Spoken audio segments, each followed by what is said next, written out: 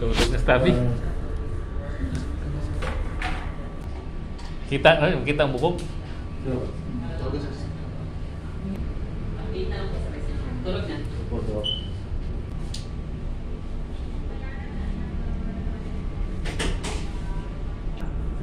Nakadyo tayo bukog. Kita ka dyan ko. Dako dok. Gamay, murag sa isda. Asay sa bukog dok, kailan nakita na dok. Kani sir ay MTK. Mo ni sa ubos. Sa ubos. Tanawang na sa taas. Ano na? Okay.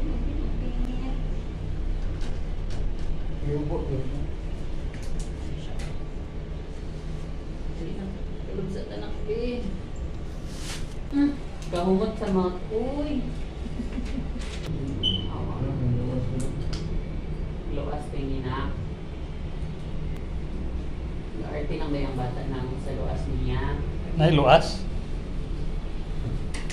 Kanito, sir. Lain na kay tan-awon ang iyahang diri ka ng loop. Ang murag kay buton na gani ni hapit.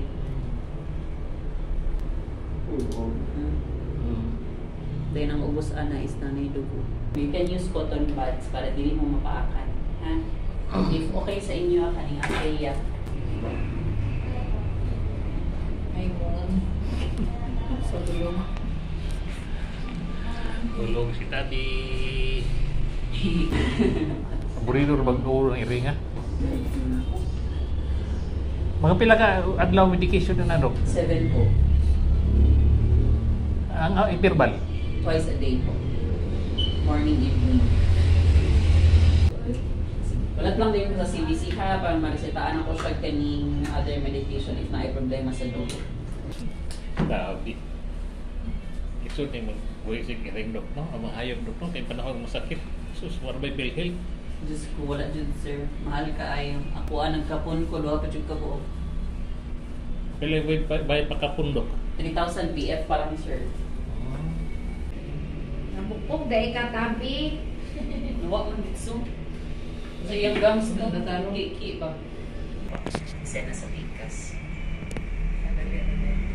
Actually, mas dali ma'am kung nag-okay yung machine. 5 minutes ra makuha na nato. Na-stress din ni kayo, wala mong siya nag-ano. So, bali, sa ato ang dugo na ay white blood cells, no? Naabot ay red blood cells. Kanang mo ingon ta sa tao na anemic, kanang naman gababa ang iyang red blood cells. Iyahan normal man noon. Kaning RBC.